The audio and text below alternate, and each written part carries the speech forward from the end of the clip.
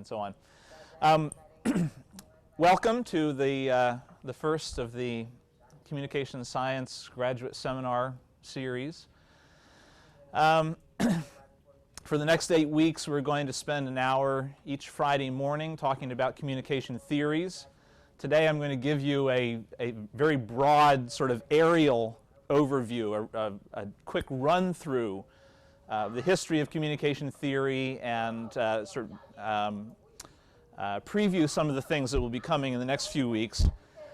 What I've put up for you to look at the beginning with a little bit of background entertainment is a short passage from Plato's Republic that describes an interesting situation that he used to teach about the problems of perception and reality.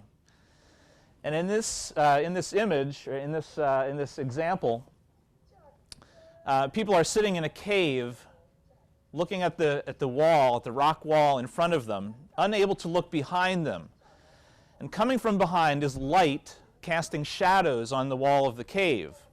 And the question that Plato asks is, if you don't know what's causing those shadows, if you don't know what objects are really there causing this phenomenon, how do you make sense of what you see? Right? Do you believe that what you see is real? Right? And although this was written in the 4th century BC, roughly, it's analogous to a lot of the questions that we deal with in communication theory. How do we know what people know when they receive messages through the media about things they have never seen directly with their own eyes? How do they make sense of that? Sometimes through talking with other people, sometimes reflecting on simply what's presented to them. And we're going to talk about some of these things over the course of the next 8 weeks, and see what you think by the end of that period, and how you can use some of these ideas to design your own communication program so that people aren't sitting in a cave mystified about what they see before them. We're going to start very broadly. We're going to talk about some of the historical trends in communication research. We're going to start from more or less an individual focus, look at individual effects of communication, and progress over the course of 8 weeks to talk more about the social dimensions of communication. And you'll see, I think, as we go through the history of communication theory, that this is more or less the way our field has evolved. But let's start with what is a theory? And there are academic theories, there are scientific theories, there are lay theories. Actually, a theory is merely an explanation for a phenomenon, an explanation for something that happens, and it's based on observation and inference. I remember some years ago I was working in Nepal on a radio drama there, and I had a discussion with Esther de Fossard, who most of you know, I think, about the theoretical basis for the radio drama. And I made a remark in passing that the radio communication program serials were based on communication theory. And she said, no, they're not. Mr. Gartala, the writer, didn't know the first thing about theory. And I said, no, if you look at the scripts of the radio drama, they conform very neatly to our academic theories of communication. You have people modeling behavior, you have people changing their attitudes, talking with each other about the knowledge they gain from the serial, from what they hear from other people in the community. It was very, very rich theoretically. But Mr. Gartala was never formally trained in communication theory. He was, however, a very astute observer of the human condition, and he understood how people communicated in Nepal. He understood how people made sense of things and dealt with conflicts and resolved problems in their own lives. So he, in fact, had a quite sophisticated lay theory that conformed quite neatly to a lot of our academic formal theories. So when we talk about theories, these are really just people's explanations for what happens. But some of those theories are more firmly more rigorously tested. They're based on more systematic bodies of knowledge and observation. Sometimes the evidence is more complete than in other cases. But when we talk about theories, we're simply talking about explanations that can help us to navigate our way through a particular problem.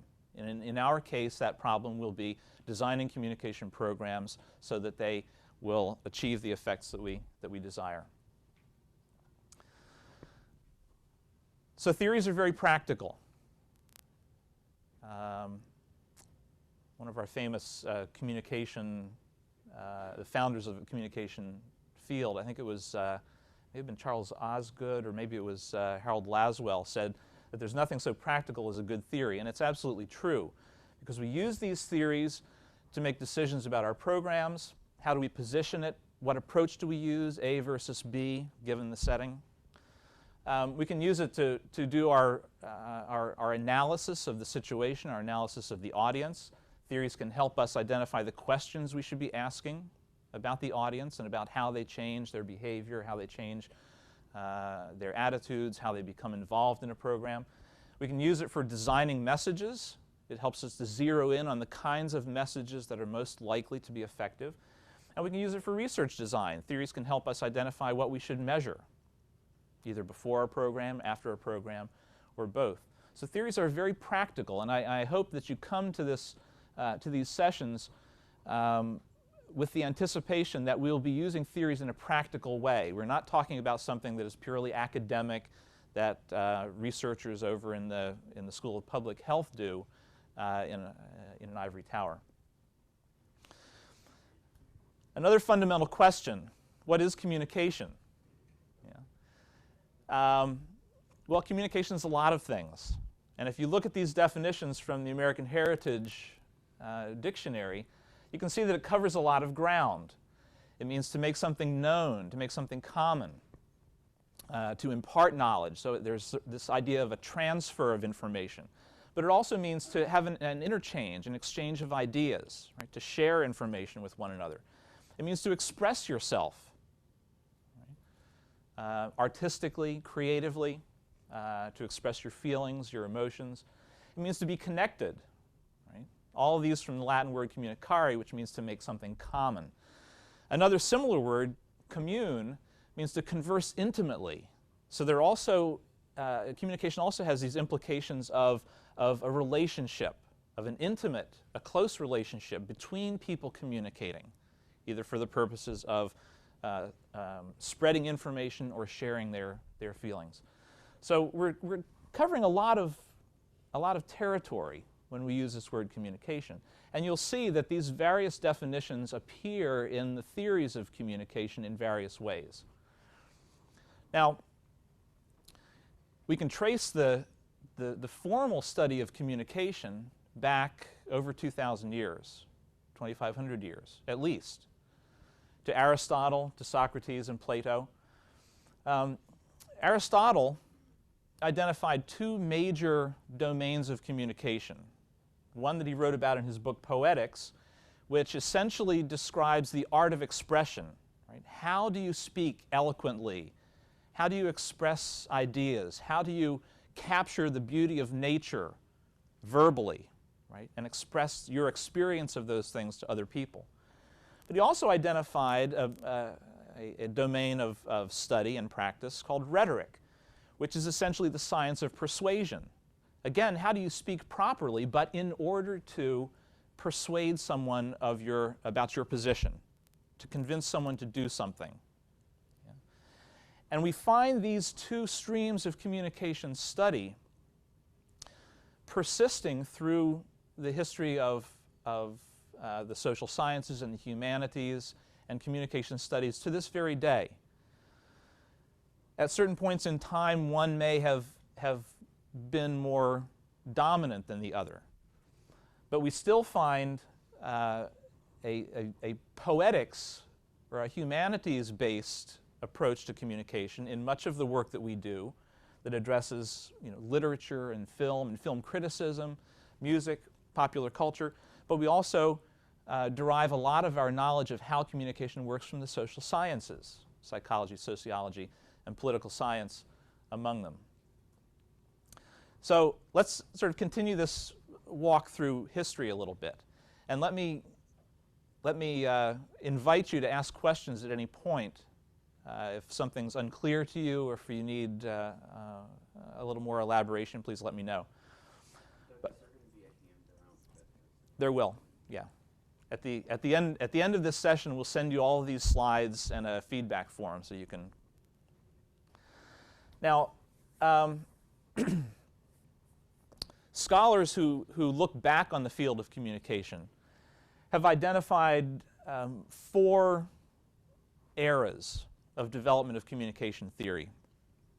And these are not carved in stone. It's not as if, you know, a certain date fell and suddenly there was a new approach to communication. These are sort of rough approximations of some of the trends in communication theory. And if you read the McQuail book, you'll get some more detail about each of these eras. But it's useful to sort of think in terms of eras to give us a sense of where the field has come from and where it's going.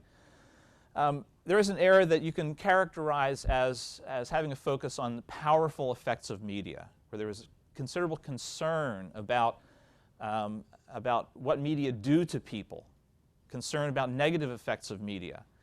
Somewhat later, and we're talking now about the contemporary history of communication theory, somewhat later there was a period of research and study that you can characterize as a limited effects era. Again, characterized by a perception that maybe media, mass communication, wasn't as powerful as we used to think.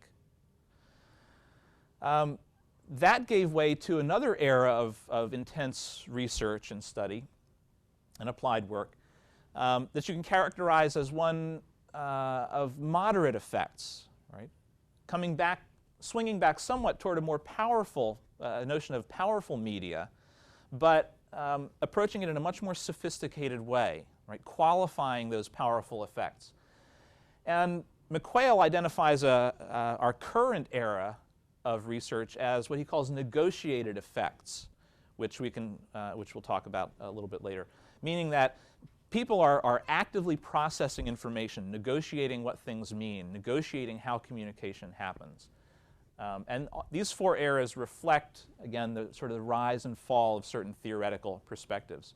So let's take each one of these in turn and talk a little bit about some of the key elements of them. During this, what we might call a powerful effects era, research and theory development was driven by a belief that the media were very powerful and they would have direct, predictable effects on individuals, right? Mass effects of media on mass society. And in fact, one of the roots of this particular approach to communication was in fact mass society theory, a body of work done in 19th century Europe by Emil Durkheim, among others. But there's some other foundations for this perspective which still inform the kind of work that we do, but in slightly different ways.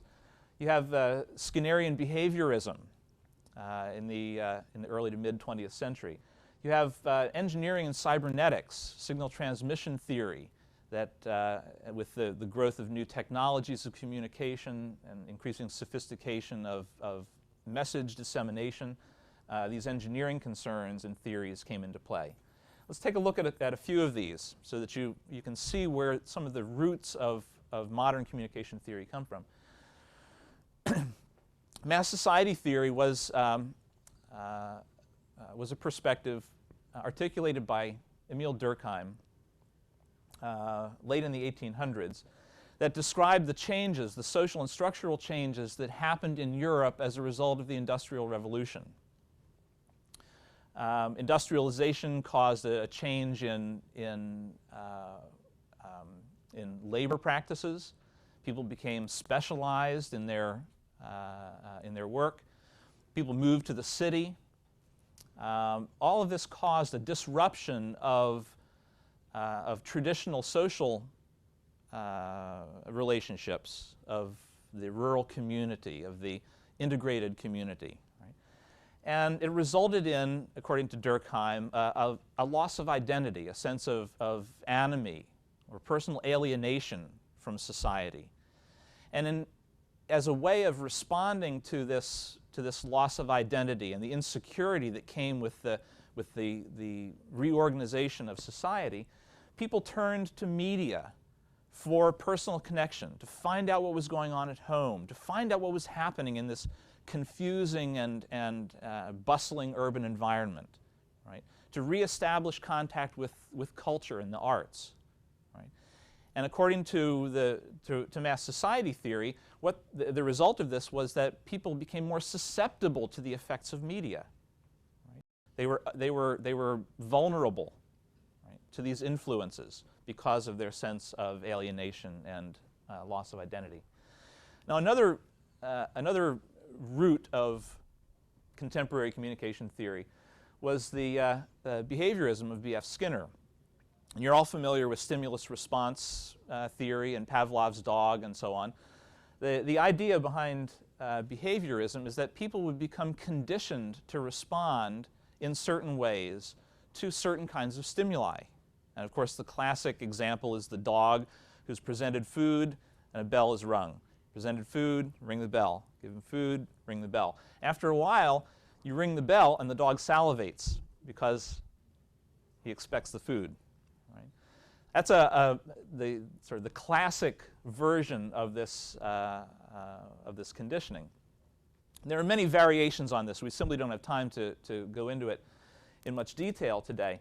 But what this contributed to in terms of communication theory was a sense that people could be conditioned to respond in certain ways to mediated messages, to advertising, for example, to films, right? Become accustomed to reacting, to rush out and buy a new product, right? And so these stimulus response patterns, according to behaviorism, were very powerful, right? Physiological, in fact, to the extent that they could be manipulated through reward and punishment. Right? Reward someone for a particular action, they're likely to repeat it. Punish them for an action, they're less likely to repeat it. Right? So there was a fear that people might be manipulated by the media through some kind of a conditioning, even subliminal conditioning. Right? And the third origin of our contemporary communication theory is what you can call signal transmission theory. A couple of the names associated with this are Claude Shannon and Warren Weaver. Claude Shannon was an electrical engineer, working for Bell Labs, I think. I'm not sure. Warren Weaver was an English professor. And what Shannon developed was a mathematical model to explain how information is transmitted electronically from a source of the signal, which generates a message of some kind, generates a signal, that travels through a channel of some kind, either through the air in the form of a radio signal or through a wire in the form of electrical impulses, to a receiver where that signal is decoded. Right? Now, he was concerned about a mechanical model of this, an engineering model of this. How does a message that enters the system on one end move from one point to another and arrive intact so that it can be decoded properly and accurately? Right? And the problem he was trying to address was the problem of noise, that there are imperfections in these devices, in the sending and receiving devices. There are imperfections in the channel that carries, or the medium that carries the information, that cause noise, that cause distortion. And what Shannon was particularly concerned about was how do you predict the amount of redundancy that you need to build into a message? How many times do you need to repeat it so that it can be interpreted and decoded properly at the other end of the stream? Right?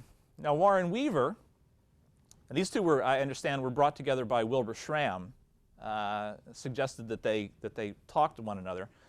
Warren Weaver was interested in some of the analogies that this had to human communication. Right? You have people, sources, who are generating messages, imparting information through a variety of channels. Sometimes they don't speak very clearly.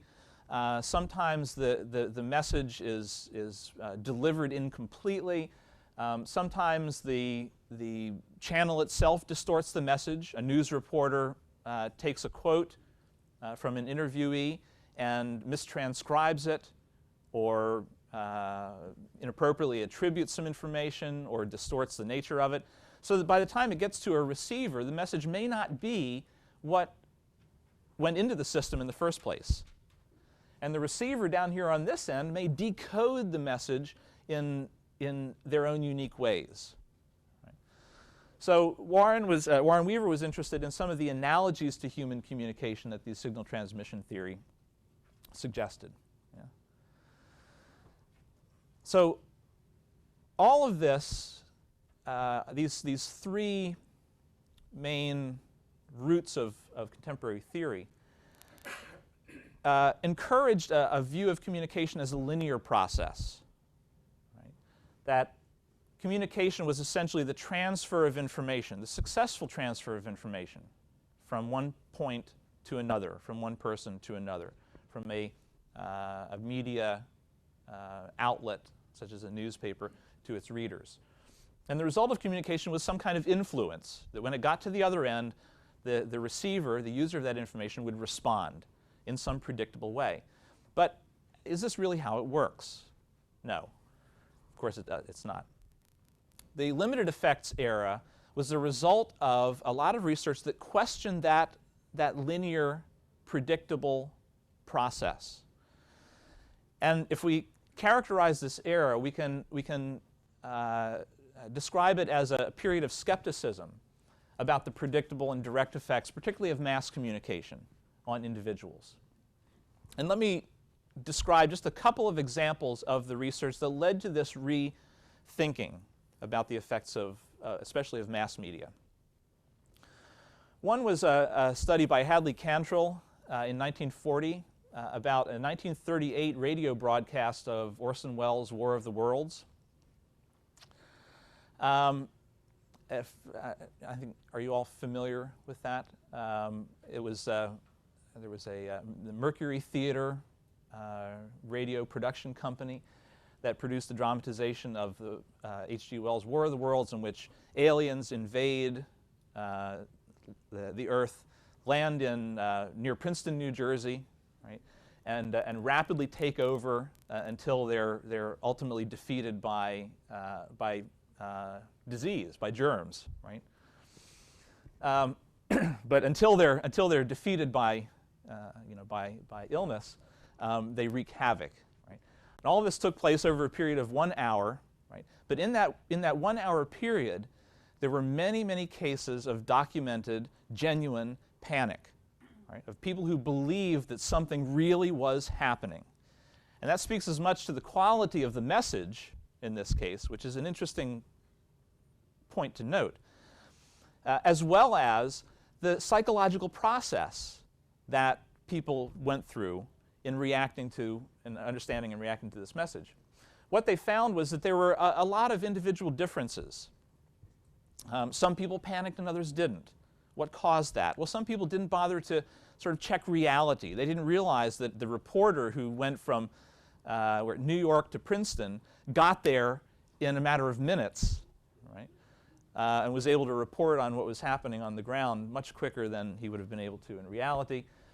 People who were psychologically insecure, people with fundamentalist religious beliefs, yeah? People who lived in geographic isolation to others and couldn't just look out the window and see what was happening at their neighbor's house. Right? A number of personal characteristics influenced the way and the extent to which people reacted and whether they panicked or not. And Cantrell identified a number of other underlying processes here that he referred to as selective, various kinds of selectivity. Selective exposure, that is, some people chose to turn off the program immediately at the beginning. They weren't interested, didn't listen. Other people selectively perceived what they wanted to in that drama, right, without trying to put the whole picture together. And other people selectively retained certain kinds of information from that and acted on a limited set of information. So the point of the War of the World study was that there were a lot of individual factors that predicted response, and response was much more varied than the earlier linear models would have predicted. A second set of studies, body of research that led to a more limited sense of what, or a sense of more limited effects, was a series of election studies done by Paul Lazarsfeld and a group of researchers around him on national elections in the United States. And what they were interested in was how people made their voting decisions, what influenced their choices of one candidate over another. And they found that fairly consistently, the mass media didn't contribute much to those decisions. What seemed to turn people's opinions one way or another were the interpersonal discussions they had. Essentially at that time, radio and newspapers, yes. So what Lazarsfeld and his group proposed was another model of communication, recognizing that media can have direct effects on certain individuals, but the media also have indirect effects on people through these personal contacts. Right? So they proposed what they called a two-step flow of influence, two-step flow of communication. And what this contributed to the evolution of communication theory was an increased emphasis on these interpersonal elements, the interpersonal networks, your position in a network and how you access information, whether you yourself are a primary consumer of media information or rely more on interpersonal channels to get that information. Right? So this era of limited effects research, if you like, in fact led toward the next phase of moderate effects because it emphasized the complexity of this relationship. Right? Not that media had no effects, but that mass media had more complicated effects than we had ever anticipated. Communication is not a linear process. We have to look at the indirect effects. We have to look at the social influences on that. We have to consider the complexity of individual psychological states, individual states of knowledge, prior conceptions, and so on, the individual psychological dimension of communication. We also have to consider these, as I said, the social networks, the social influences, and the patterns of interaction that contribute to communication and learning and behavior. And we also have to look at indirect pathways of influence. Right? Communication may influence certain groups of people who in turn influence others. Communication may also influence individuals directly in certain ways, but not immediately to the point of behavior, of action. Right? That certain intermediate changes may happen before the ultimate behavioral consequences are known. So this led to increasing complexity, increasing sophistication of communication models, and what we might call a moderate effects era of communication research and theorizing that was characterized by a belief in powerful, predictable, but indirect effects of media. Communication that's mediated by a whole host of intervening factors, including personal characteristics and motivations, cultural patterns, social norms, the structure, the social structural context in which people live, meaning the characteristics of their community, their membership in religious, social, academic, and so on groups. Characteristics of the media systems or the channels of communication that deliver the information, whether it's visual, print, fast-paced, and so on. And time as well. Time became a factor that researchers started to consider, recognizing that effects of communication don't happen instantaneously. So the theories and the models began to grow and bloom A figure that, that captures some of this complexity that I offer for your consideration is one that identifies three dimensions, three factors. One is time, that is the effects that may happen in the short term versus effects that may happen over the long term. The intention of the communicator, whether there is an intention to create a certain kind of effect, or there are non-deliberate or unintended effects of media. For example, socialization or pure enjoyment, right, of an entertainment nature, for example. A third dimension is the level of effects. Right? Are we talking about individual level effects, or interpersonal small group effects, or large social effects, mass public effects, or cultural effects? Right? So the whole nature of communication impact was changing as a result of this research that had been done. And people were much more sophisticated about what exactly are we talking about here and which theories apply. No. Yes? Go back. You used entertainment as an example of non-deliberate. But in fact, if your intention is to entertain, it's an intention. It can be. I meant the sort of the entertaining nature of an advertisement may be unintentional or it may be intentional. But we need to consider how the messages are being used. There's a we'll get to this in a minute, but a contemporary theory of social effects, broad social effects of the media, called cultivation, says that there are non-deliberate effects on the way you perceive society as a result of media exposure. You overestimate the number of police, for example, in society the more you watch television. That's an unintended effect of entertainment programming. Yeah. All right. So what are some of the theories? Now you'll recognize these. These are a number of the theories that we continue to use now came out of this moderate effects era. And they include the theory of reasoned action or planned behavior. We're going to read an example of this a little bit later in the series. Martin Fishbein and Isaac Eisen. This theory focuses on what people believe the consequences of an action might be, right? Whether those consequences are good or bad, whether they feel particularly positive or negative about the outcomes of the behavior. They also consider what other people around you are doing, what your significant others, what other people in your social network are doing, and what they would want you to do. Yeah. You've all heard about Albert Bandura, and the social learning theory or observational learning. Bandura did the first experiments on how children learn from television.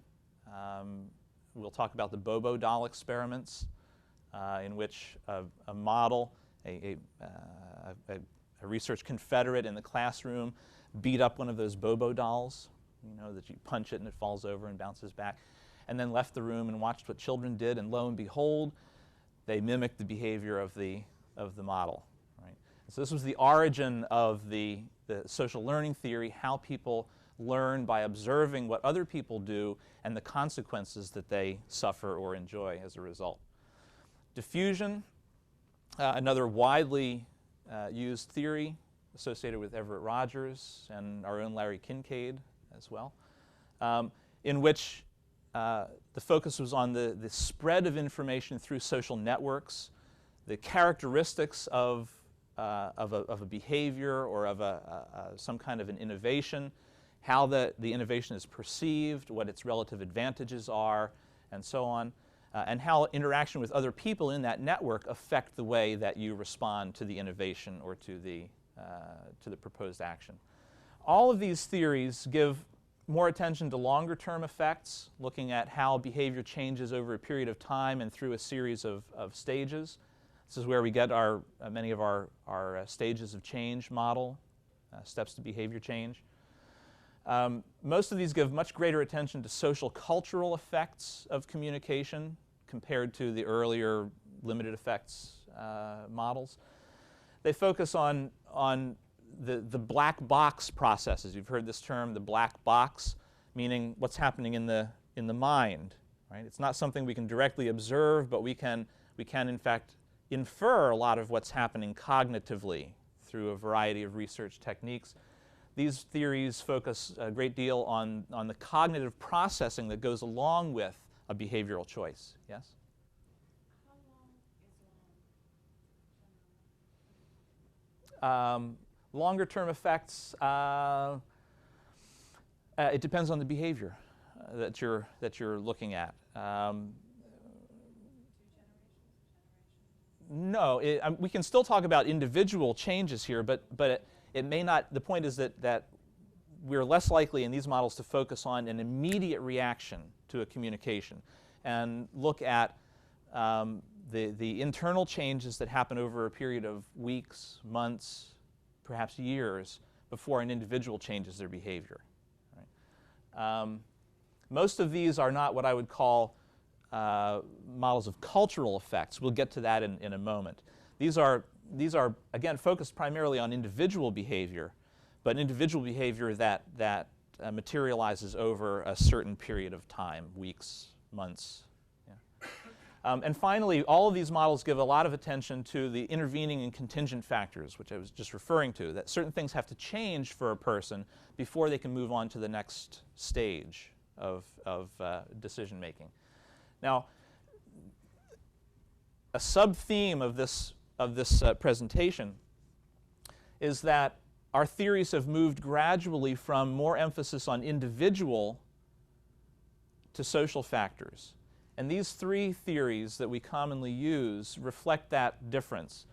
Reasoned action is more cognitive, more individually cognitive than social learning and diffusion, although they all have that cognitive element.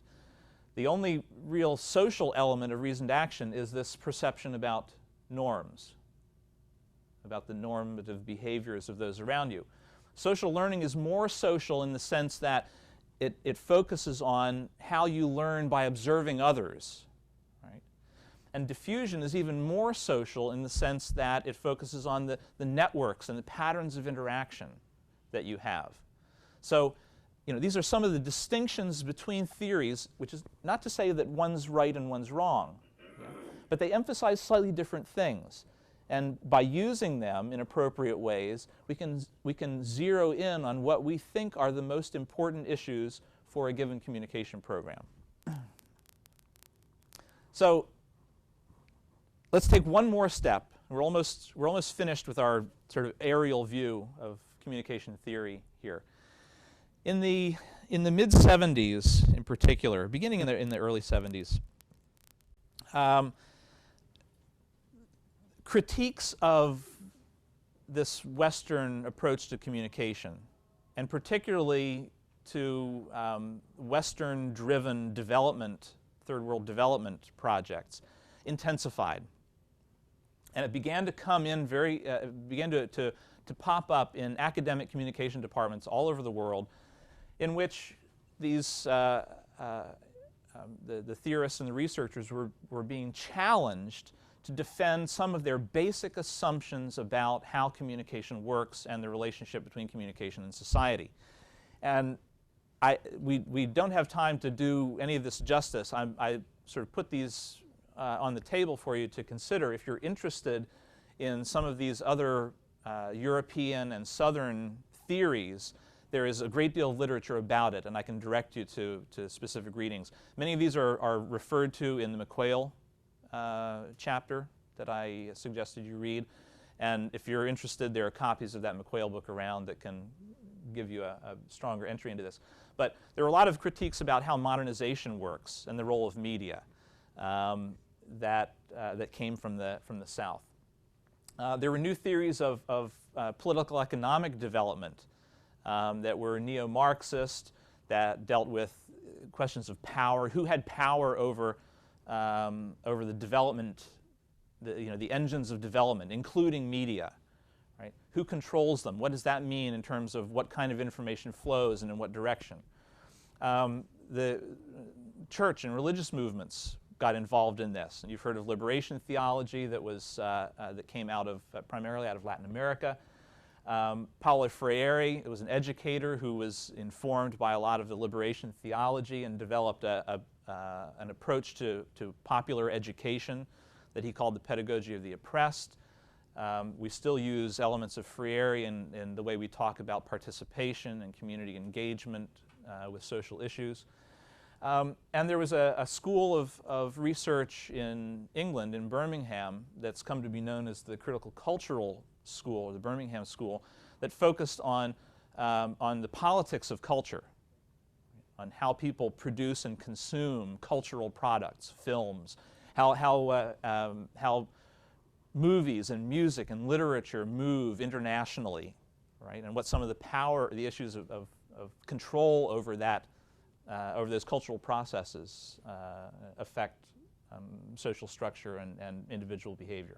So there's a lot of stuff that came out toward the end of this moderate effects era that are still very influential in communication studies to this day, but have been now sort of reshaped into a new set of issues that McQuail refers to as negotiated effects.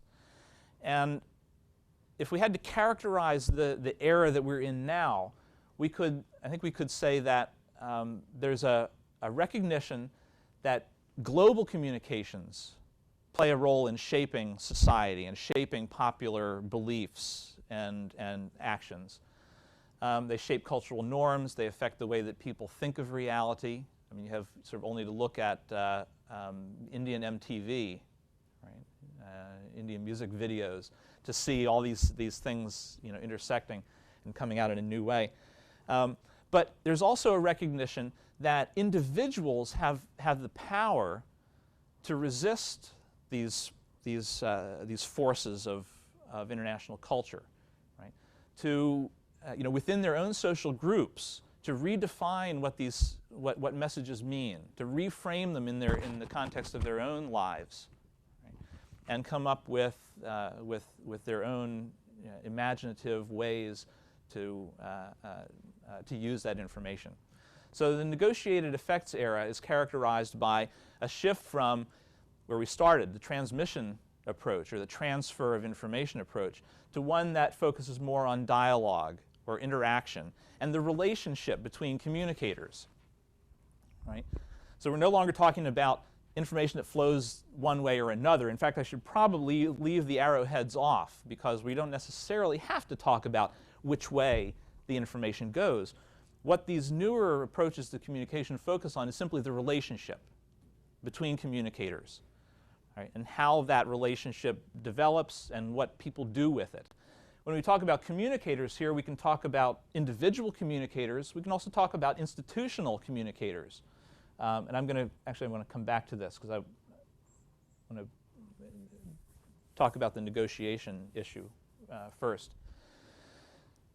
When we talk about dialogue, we more typically have talked about dialogue between individuals, what people talk about, how they interact in social groups and sort of construct their own group mentality, their own group culture.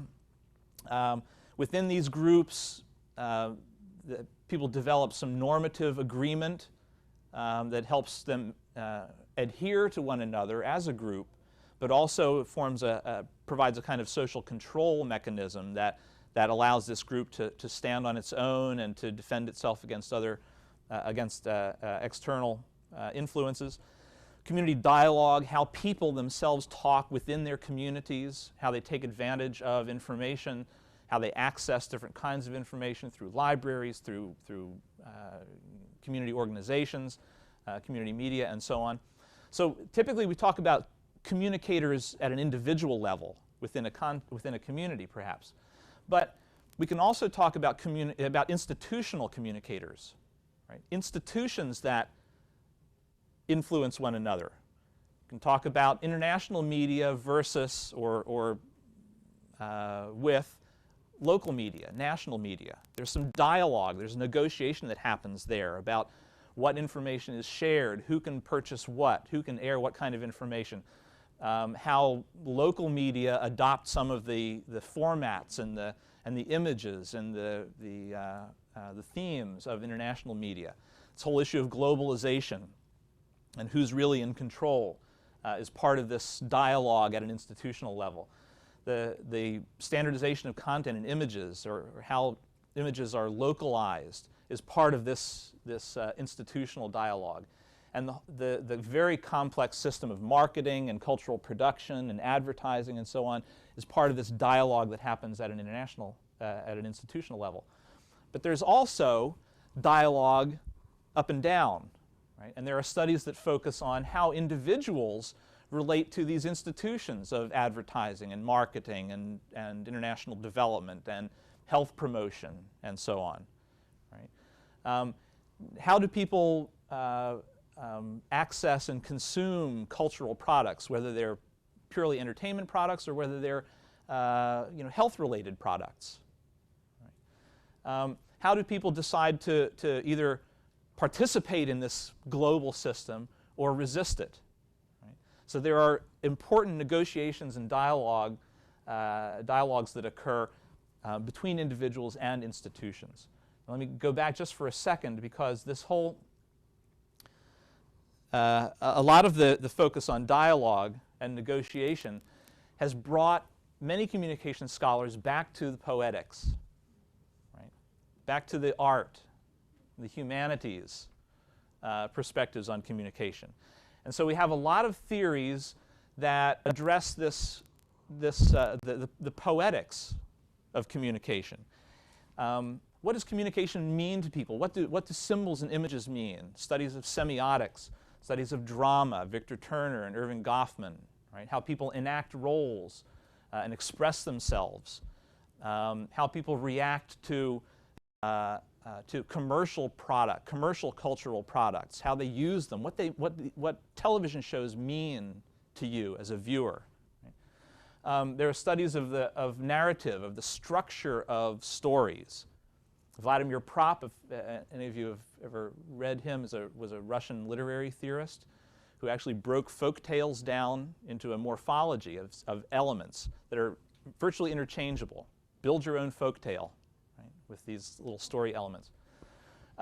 Discourse theory, theories about how the language world is shaped through social interaction, through dialogue. Foucault, Bakhtin, another Russian literary theorist. Anyway, there are a lot of theories that come out of the humanities stream that are, again, informing much of our mainstream communication research. And then there are a great number of theories that come out of the social science side as well, but have more elements of this negotiation and dialogue than in earlier eras. You have the cultivation theory that I referred to earlier, which says that people's social perceptions are affected by the representations of reality in the media. The more television you watch, the more likely you are to believe that you will be a victim of violent crime. The more likely you are to believe that you will have a debilitating disease. The more likely you are to overestimate the number of police per capita in society. The more likely you are to overestimate the incidence of crime in your community, and so on. That's cultivation theory. It cultivates a view of the world that may not jibe with reality. A lot of other theories, some of you may have heard Carol Underwood's talk several months ago about social change theories, Giddens structuration theory that describes how individual acts over time can produce or reconfigure social structure. Game theory, drama theory, something that Larry's been working with lately, with how people play out roles for themselves in a conflict situation, for example, where the rules are defined, right? Where within certain parameters of action, people play out their own individual roles. Communicative action is a new, very grand theory of communication in society that describes communication as the essential element of civil society and the rules that people assume when they talk to others.